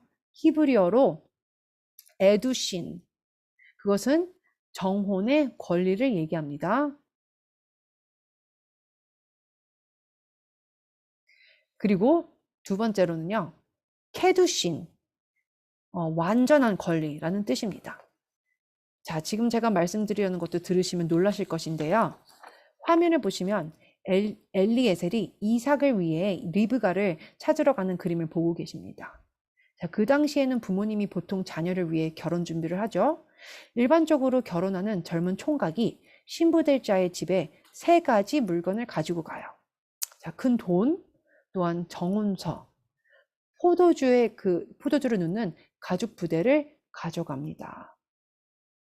그래서 그 당시에 누군가가 집에 오면 내 딸과 어떤 관계인지 부모님이 검토를 하게 돼요. 그래서 결혼할 자가 돈과 정혼서와 또한 가죽 부대를 가지고 와야 하는 것입니다. 결혼할 총각이 가져온 돈이 인정되면요. 유리잔에 와인을 붓게 됩니다. 그리고 신부될 자가 그것을 다 인정해야 합니다. 만약 그녀가 받아들이면요. 이제 정혼이 둘 사이의 합법적인 계약이 되는 것입니다. 이 둘은 정혼 상태가 이제 되는 것이고요. 그렇지만 신랑과 신부를 신부라고는 불러도 되지만 아직 완전한 결혼한 상태는 아니에요. 네, 결혼 상태가 아닙니다. 그래서 창세기 24장에 엘리에셀은요, 은, 금, 패물과 의복을 리브가에게 주죠. 그 오라비와 어미에게도 그 보물을 또한 줍니다. 그렇지만 창세기 24장을 보면 리브가가 그것을 다 받아들여야 하는 것입니다. 가족들이 리브가에게 이 자와 함께 갈 것인가? 라고 물어봤을 때 그녀는 나는 함께 가겠어요 라고 했죠. 이처럼 신부는 항상 동의를 해야 합니다. 흥미로운 것은요, 리브가는 이삭을 한 번도 보지 못했어요. 근데 베드로전서 1장 8절을 보면 예수를 너희가 보지 못하였으나 사랑하는도다. 이제도 보지 못하나 믿고 말할 수 없는 영광스러운 즐거움으로 기뻐하니. 우리는 주님을 보지는 못했지만 우리도 리브가처럼 주님을 영접합니다. 그죠? 마태복음 1장 18절에서 19절을 보면 마리아가 요셉과 약혼한 말씀이 있어요. 그런데 이 둘은 합법적으로는 부부인 것입니다. 그런데 아직 완전한 권리가 이루어지지 않고 있는 상태였어요. 배우자로 삼았다는 것은 약혼 반지와 같은 그 기념할 만한 것을 줬다라는 것을 의미합니다. 마리아가 임신했을 때 그들은 약혼한 상태였다라는 것이죠. 두 번째로 흥미로운 것은 신부에게 주는 돈은요, 지참금은 신부를 위해 결정돼야 했습니다. 신랑 될 사람이 돈을 모으게 되는데요. 신부의 아버지에게 당신의 딸을 위해 10불을 주겠습니다. 라고 하면 여러분 어떻게 생각하시겠어요? 와, 당신은 내 딸을 정말 좋아하지 않는군요. 자, 그렇지 않아요? 마찬가지로 신부를 위한 그 지참금이 결정될 때 신부의 아버지 앞에 큰 돈을 주면 줄수록 신부가 귀한 사람이라는 것을 알 수가 있습니다. 중요한 것은요, 우리의 신랑은 신부에게 주는 돈이 그 전통적인 그 헛된 대화로 결정된 썩어질 것이나 뭐 금이나 또한 은으로 지불되지 않고 그리스도의 보혈로 지불된 것은 우리가 알고 있습니다. 하나님께서 우리와 결혼하기 위해 독생자의 생명으로 값을 지불했다는 것은 우리가 하나님 앞에 얼마나 가치가 있다. 그것을 바로 말하는 것이죠. 고린도전서 6장 20절에 보시면요. 우리는 값으로 산 것이 되었다고 써 있습니다. 예수님의 피의 값으로요. 그죠? 자, 이제 신부와 신랑이 합법적으로 정혼을 했으나 아직 함께 살지는 않아요. 예레미야 2장 2절에 하나님께서 이스라엘에게 상기시키고 계십니다. 가서 예루살렘의 귀에 외칠지니라. 여호와께서 이와 같이 말씀하시기를 내가 너를 위하여 내 청년 때의 인애와 내 신혼 때의 사랑을 기억하노니 곧 씨 뿌리지 못하는 땅 그 광야에서 나를 따랐음이니라. 호세아서 2장 19절 내가 네게 장가들어 영원히 살되 공의와 정의와 은총과 긍휼이 여김으로 네게 장가들며 진실함으로 네게 장가들리니. 이 말씀은 이스라엘 나라가 메시아를 알게 된다는 예언인 것입니다. 결혼 서약서인 케투바를 여러분 화면에서 보고 계세요. 유대교에서는 결혼 동의서라고 합니다. 거기에도 신부에게 주는 지참금, 신랑의 약속, 신부의 권리가 써 있습니다. 바로 성경책도 그러합니다. 성경책도 케투바예요. 신부의 지참금, 메시아의 죽음과 약속, 신부의 권리에 대해 써 있습니다. 민수기 5장에 신부가 합의를 해야 하는 것이고 또한 로마서의 10장 8절에서 10절에 보면요. 마음으로 믿어 입으로 시인하여야 한다고 써 있는데 우리는 신부로서 시인해야 하는 것입니다. 출애굽기 24장에는요. 오순절 때 이스라엘이 정혼을 했을 때잖아요. 그때 모세가 백성들에게 와서 주님의 모든 말씀을 낭독하여 듣게 하니 그들이 우리가 준행하리이다 라고 대답했어요. 신부는 결혼 폐물을 받게 되어 있고 또한 에베소서 4장에 주님은 각 사람에게 선물을 준다고 하십니다. 고린도전서 12장 1절은요. 주님이 신령한 선물을 우리에게 주실 것을 우리가 알기를 또한 원하십니다. 유대인 결혼식처럼 주님도 같은 과정을 실행하시는 것을 우리가 볼 수 있어요. 우리에게 주님께서는 선물을 주십니다. 이제 신랑과 신부는 잔에 담긴 와인을 마시게 되는데 포도주잔 개약이라고 합니다. 화면에 이스라엘의 미크바를 보고 계시는데요. 이것은 축소형 침례탕이라고 할 수 있어요. 그런데 신부는 미크바, 즉 물에 완전히 들어가는 의식을 해야 합니다. 신부가 이제는 부모를 떠나 다른 길을 간다는 의식 행위인 것입니다. 익숙한 길을 떠나 새로운 길을 가는 것입니다. 이제 이스라엘에서는 이제 신부가 엄마가 되는 법을 배워야 하고 이것을 배우는데 시간을 보내게 돼요. 에스겔 16장 8절에서 9절에 내가 물로 너를 씻었다 하는 말씀이 있습니다.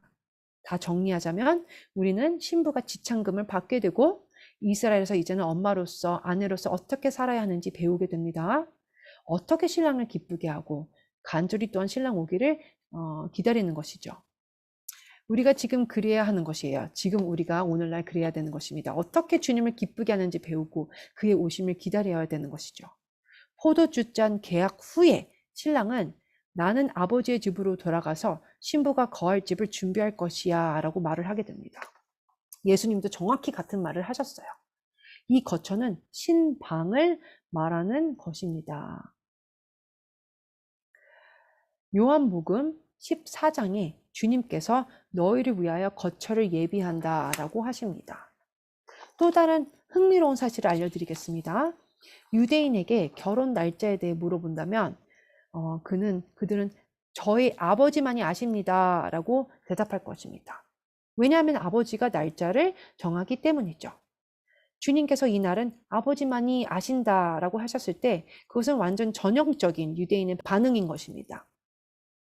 신랑이 돌아오면 큰 외침의 소리와 함께 오게 되는데요. 욤테루아를 상기시킵니다.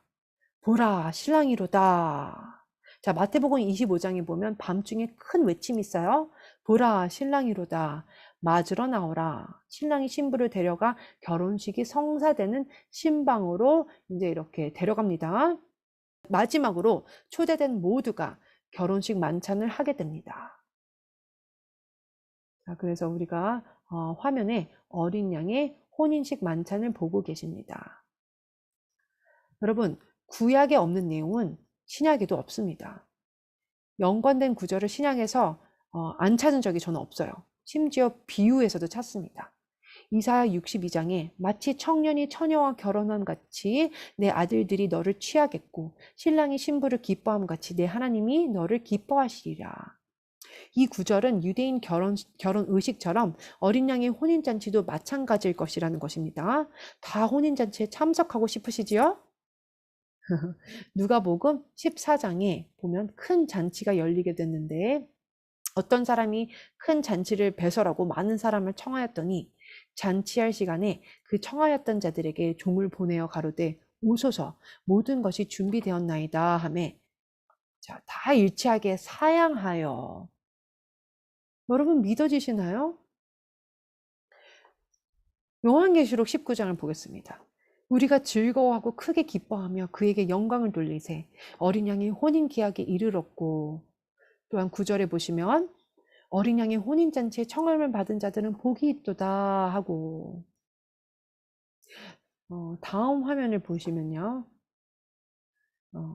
우리가 아마겟돈 골짜기를 보게 됩니다. 엘리야가요 바알 선지자들을 대적하여 기도해서 불을 내린 곳인 엘멜산에서 제가 찍은 사진이에요. 거기서 내려다본 사진인데요. 아마겟돈 골짜기 사진에서 여러분 흥미로운 것을 발견하실 수 있으신가요? 자, 활주로가 보입니다. 자, 활주로가 있다는 게 좀 낯설지요. 비행기도 보이지 않아요.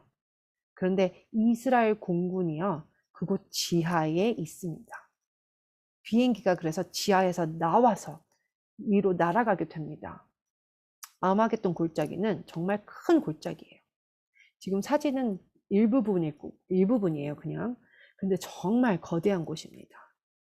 요한계시록 19장을 볼게요. 하늘에 있는 군대들이 희고 깨끗한 세마포 옷을 입고 백마를 타고 그를 따르더라. 이 구절이 무엇을 말하고 있는지 아시나요? 욤 키푸르를 말하는 것입니다. 욤 키푸르 때마다 모든 유대인들은 하얀색 옷을 입게 됩니다. 자, 나팔절로부터 열흘 후인 날이에요. 흥미롭지 않으세요? 계시록 19장에서는요. 만왕의 왕이요 만주의 주라 하였더라. 또한 그 후에 또한 우리가 보게 되면요. 그 말씀 내려다보면 또 내가 보니 한 천사가 태양 안에 서서 공중에 나는 모든 새를 향하여 큰 음성으로 외쳐 이르되 와서 하나님의 큰 잔치에 모여 왕들의 살과 장군들의 살을 먹게 되고 라고 써 있습니다. 우리는 다 어린 양의 혼인 잔치에 있게 될 것입니다. 자, 여러분들 그러면은 그 혼인 잔치에 먹는 쪽에 계실 것입니까? 아니면 공중에 나는 새들에게 먹히는 쪽에 계시게 될 것입니까? 마태복음 말씀 보겠습니다. 여기서 예수님께서 같은 것을 말씀하세요.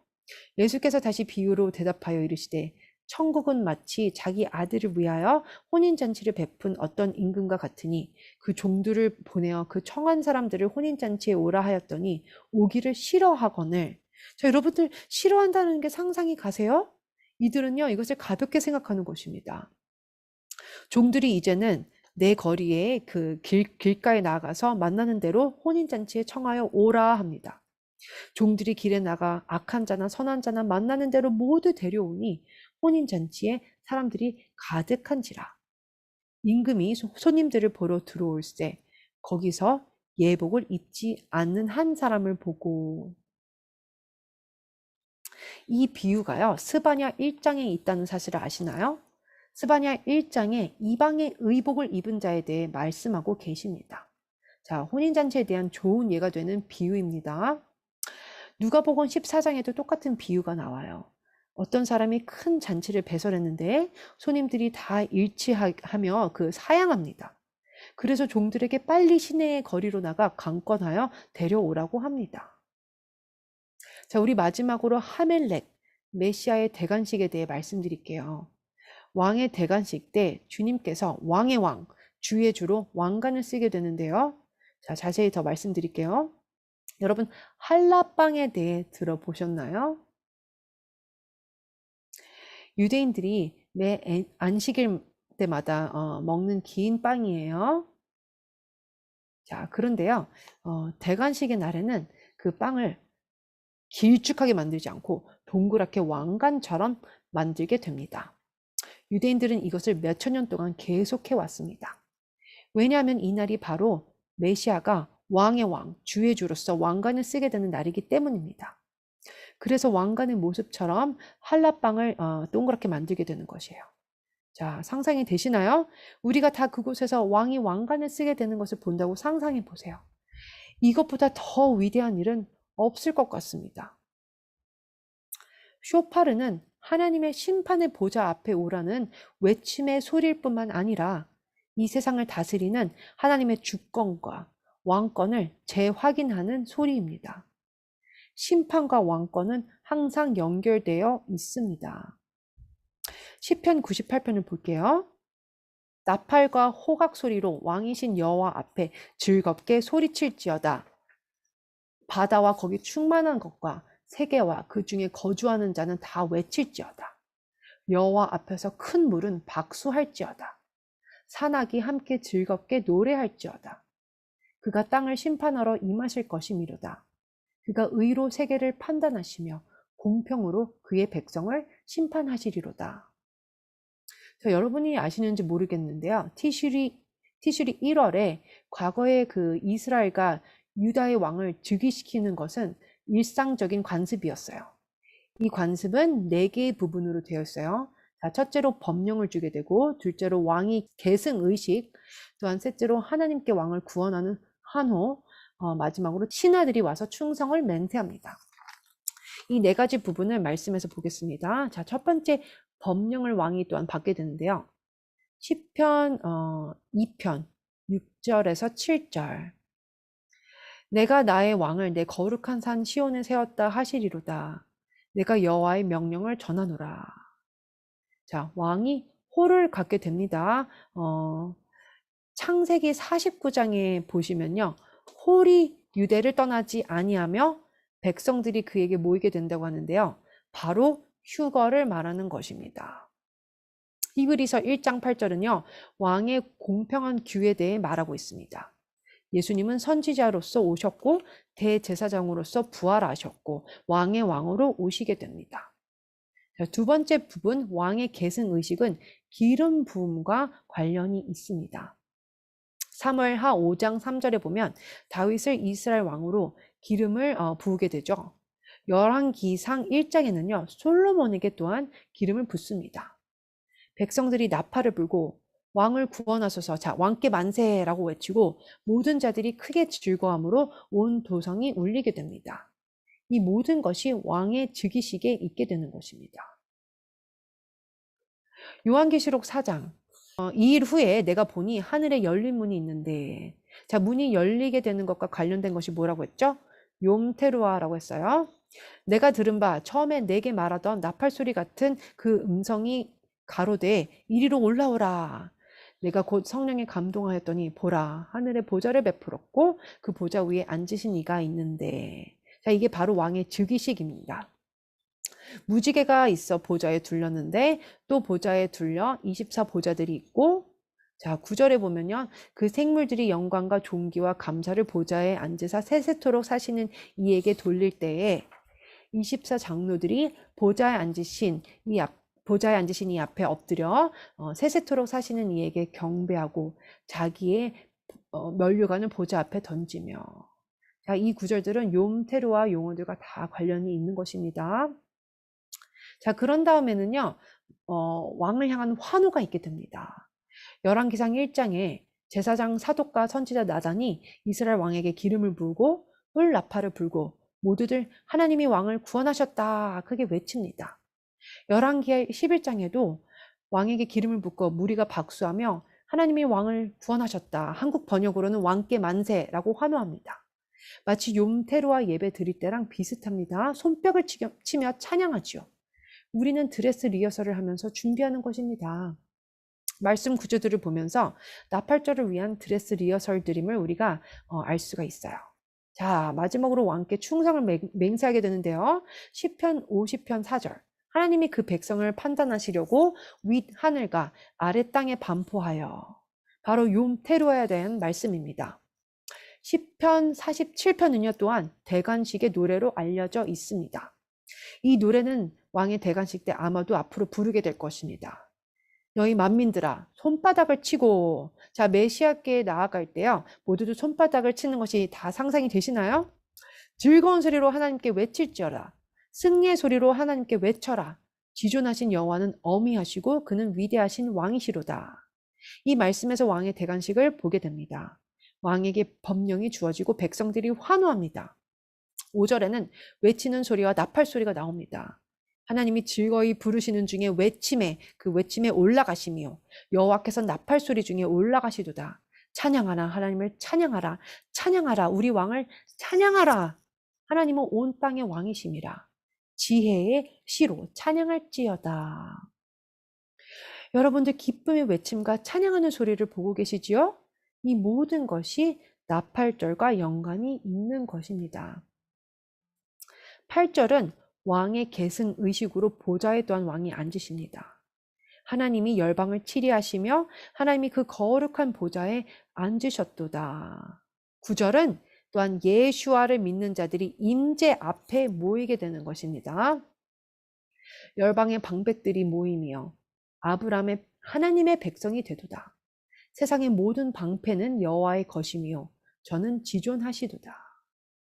그리고 우리는 왕에게 충성의 서약을 하게 되는 것입니다.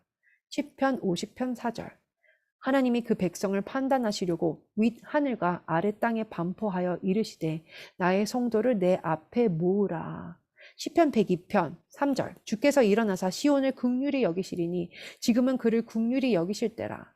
정한 기한, 그 모에드 기한이 오미니이다.